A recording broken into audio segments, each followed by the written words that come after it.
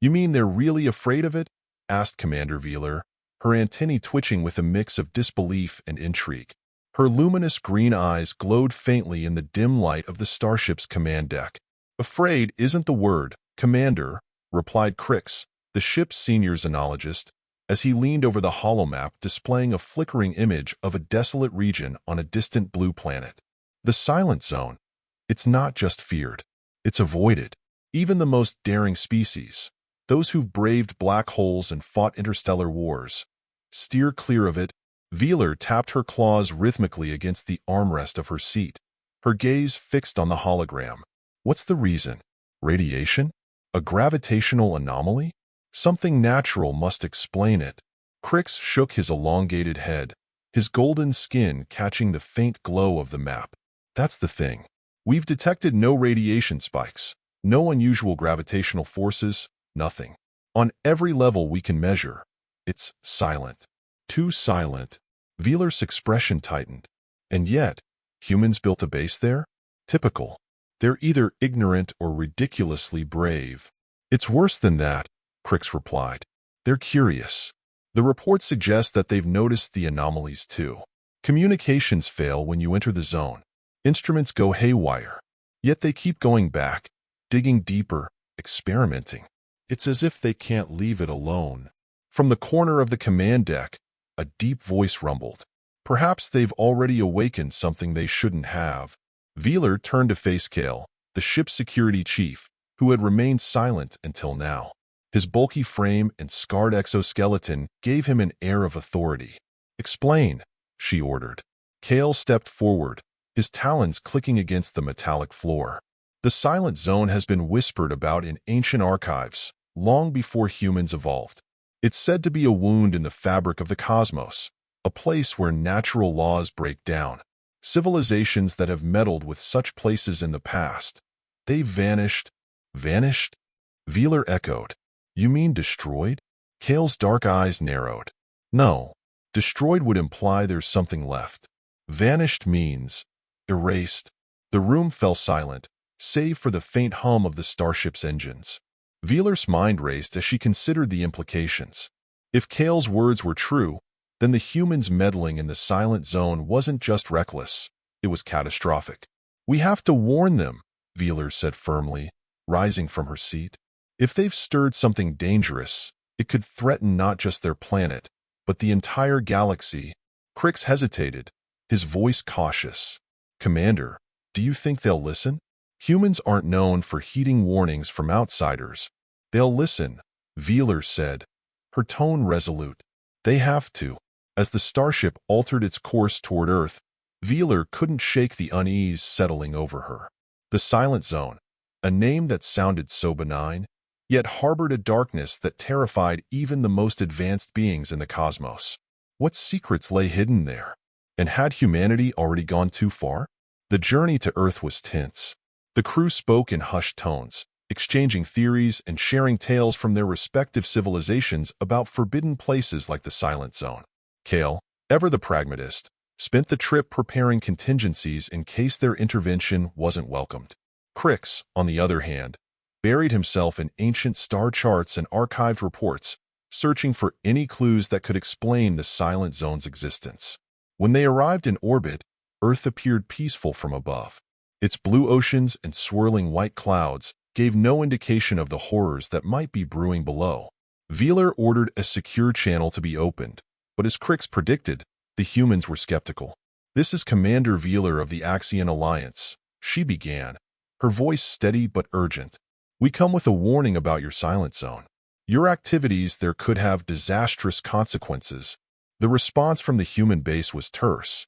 "We're aware of the anomalies, Commander, but there's no evidence to suggest any immediate danger. Our research is strictly observational." Veeler's mandibles clicked in frustration. "Your instruments might not detect it, but the threat is real. You're dealing with forces beyond your understanding." A brief silence followed before the human replied, "With all due respect, Commander, humanity has faced countless challenges. We'll handle this one as well." Veeler muted the channel and turned to Kale. "They're stubborn. What now?" Kale's mandibles curved into a grim smile. If they won't listen to warnings, perhaps they'll listen to proof. The decision was made to descend to the planet's surface and investigate the silent zone firsthand. Veeler, Kale, and Crix formed the landing team, along with a handful of elite operatives. As they approached the zone, the effects became immediately apparent. Communication signals scrambled, their ship's systems flickered, and an oppressive stillness settled over them. When they finally landed, the sight that greeted them was both awe-inspiring and chilling. The landscape was barren, yet strangely magnetic, as if the very air hummed with unseen energy. In the distance, they saw the human base, a cluster of metallic structures surrounded by advanced equipment.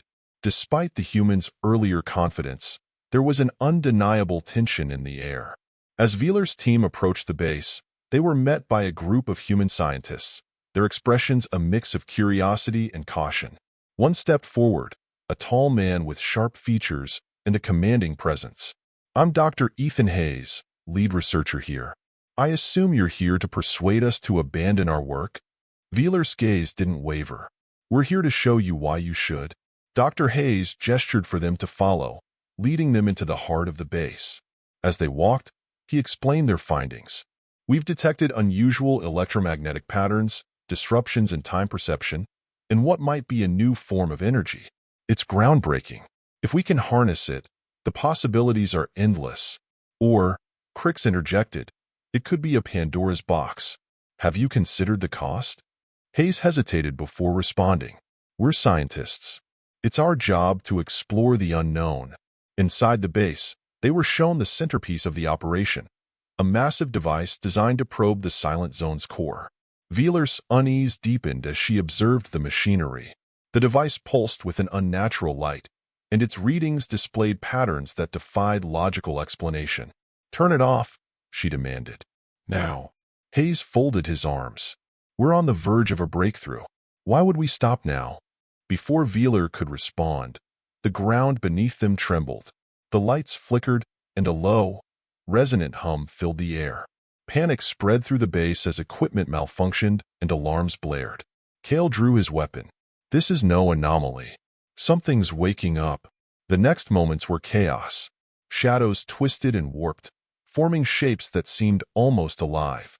An otherworldly voice echoed through the base, speaking in a language no one could understand, yet filling them with an overwhelming sense of dread. Veeler grabbed Hayes by the arm. "This is what we tried to warn you about. Shut it down before it's too late." With trembling hands, Hayes signaled his team to power down the device. But as they worked, the voice grew louder, and the shadows coalesced into a towering figure of shifting light and darkness. It loomed over them, its presence suffocating. "You have trespassed where you do not belong," it intoned, its voice resonating in their minds. "This place is a scar upon existence. Leave or face annihilation." Hayes froze, his face pale. Veeler stepped forward, her voice unwavering. "We hear your warning. We will leave. But spare them. They didn't understand."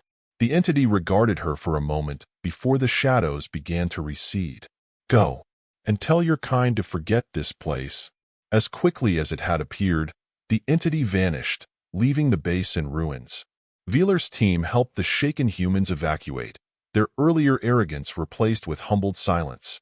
Back aboard their ship, Veeler reflected on the encounter. "Some doors," she said quietly, "are meant to stay closed." The silent zone remained a forbidden mystery, a place where even the bravest dared not tread. For Veeler and her crew, it was a stark reminder that the universe still held secrets too dangerous to uncover. Yet, the story of the silent zone did not end with that evacuation. For the humans, the experience lingered like a phantom memory, haunting their collective psyche. Reports of strange dreams began to circulate among the evacuated scientists. Dreams filled with alien symbols, whispers of forgotten truths, and visions of the towering figure that had confronted them. One such dreamer, Dr. Hayes, became obsessed. Despite the Axion Alliance's warning, he could not let go of the zone's enigma. Hayes began compiling the data that had survived the destruction of the base, sifting through corrupted files and fragmented logs. Patterns emerged, faint, elusive, but undeniably present. They hinted at an underlying intelligence, a language encoded in the silent zone's very fabric. Hayes's obsession did not go unnoticed. His former colleagues, wary and scarred by their experience, tried to dissuade him. "You're playing with fire," one warned. "That thing spared us, but it won't be merciful a second time." "It's not about mercy," Hayes countered. "This is about understanding. That entity didn't just warn us, it communicated. There's a message buried in the silent zone, something ancient and profound. If we decipher it, we could unlock the answers to questions humanity has asked for millennia." His obsession reached the ears of Earth's governing council, sparking fierce debate. Many argued that the silent zone should be declared off-limits, a galactic taboo. Others, however, saw potential, both scientific and strategic. If the zone's secrets could be harnessed, humanity might leapfrog centuries in technological advancement.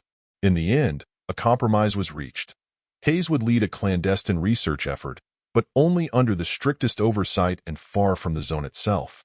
Hayes's team worked in secrecy, piecing together fragments of data and simulating the zone's conditions in controlled environments.